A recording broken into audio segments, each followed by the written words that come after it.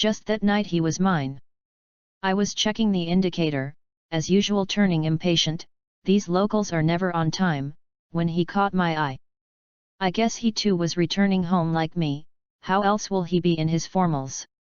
He was trying to loosen that necktie. He had brown eyes, 6 feet, maybe, I assumed, he was tall, I love tall men, clean-shaven cheeks, and he wore glasses. I too wear glasses but not when I am traveling, it's only for reading and writing, but those glasses suited him. I was tired, and to my agony, the Western Railway announced, "Regret the delay, the local on platform number 4 is running 20 minutes late." This time to my surprise he sat right next to me on that red bench. I heard a creaking sound when he sat. He is not fat at all, slender rather. He must be hitting the gym each morning, I thought when he turned towards me. Did he read my mind? Has he caught me staring at him? I should have been careful, I cannot fall in love again. "Hi, looks like you are jaded," he smiled.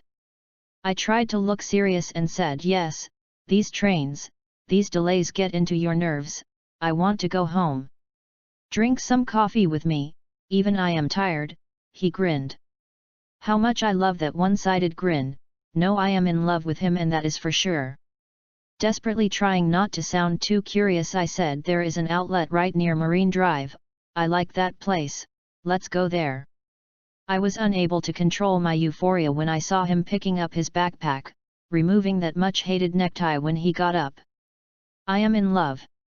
We were walking down towards that outlet, I knew that is quite far and I am going to be late, that 20 minutes delay will now be 20 hours delay. The sea breeze was soothing, my hair was brushing my face when he again turned around and said, "I like your hair, do you always keep them loose? Don't you tie them?" Why did he have to talk about my hair, can't he say he loved me? But again, I am a woman, I cannot say to a man that I love him. "Yes, I tie them at work, but otherwise I keep them loose, I get a headache, I hate hair clips," I replied smiling. I was unaware that we had crossed that cafeteria and now we have reached Marine Drive. The music from Jazz by the Bay was loud enough, classic rocks turn me crazy and with him, I felt like Scarlett Johansson. "So what are your hobbies?" he asked, lighting that cig. "To love you," I almost said, but again I am a woman so I have to be serious. "I love to sing, I love to dance, but I hate to read and I also hate writers." Sigh, wish he understood me. He blew the puff and looked at me straight. Oh my goodness, he looked like George Clooney. "By that time we were sitting on those rocks at the seashore," he said, "then sing a song." A shameless myself I sang, "Look into my eyes, you will see, what you mean to me, search your heart, search your soul, and when you find me there, you'll search no more. Don't tell me it's not worth tryin' for, you can't tell me it's not worth dyin' for, you know it's true, everything I do it for you." Why did I have to sing this song? I really didn't know. He is getting a wrong signal. I should not be chasing a man. God, please help me, he shouldn't read my mind. Bryan Adams, so you like him, I too like his voice, so we have similar thoughts, he said with his eyes glued to me.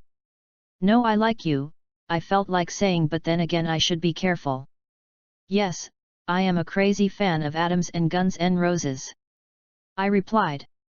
I love to see the moon at night, the stars, my hobbies are reading, I write and then I prefer solitude, he replied, playing with pebbles. How silly, I am sitting next to him, instead of showering praises and talking something romantic, this man is saying, moon, stars, and writing. Didn't I tell him I hate writers, damn it, no point in loving this man.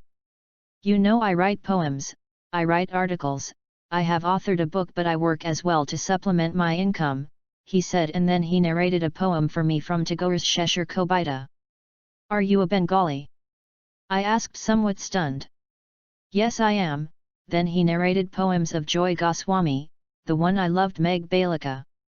We must have sat for 6 hours, all the while me singing and he narrating poems. When I realized it's almost midnight and the last local has left. Where do we go?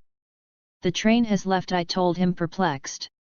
Let's sit on the rocks tonight, let me hear you, you do have a lovely voice, and then we can catch the first local in the morning. That one-sided grin. But the cops, they won't allow sitting on the rocks at the dead of night, I said. He pulled his ID card which said he worked for the army. It was 4 in the morning and we walked back to Churchgate station.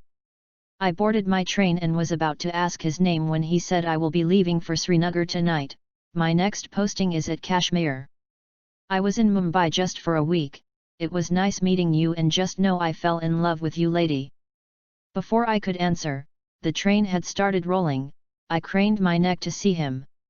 He was watching me, I looked at him till he faded. I didn't even ask his name, neither did he ask mine.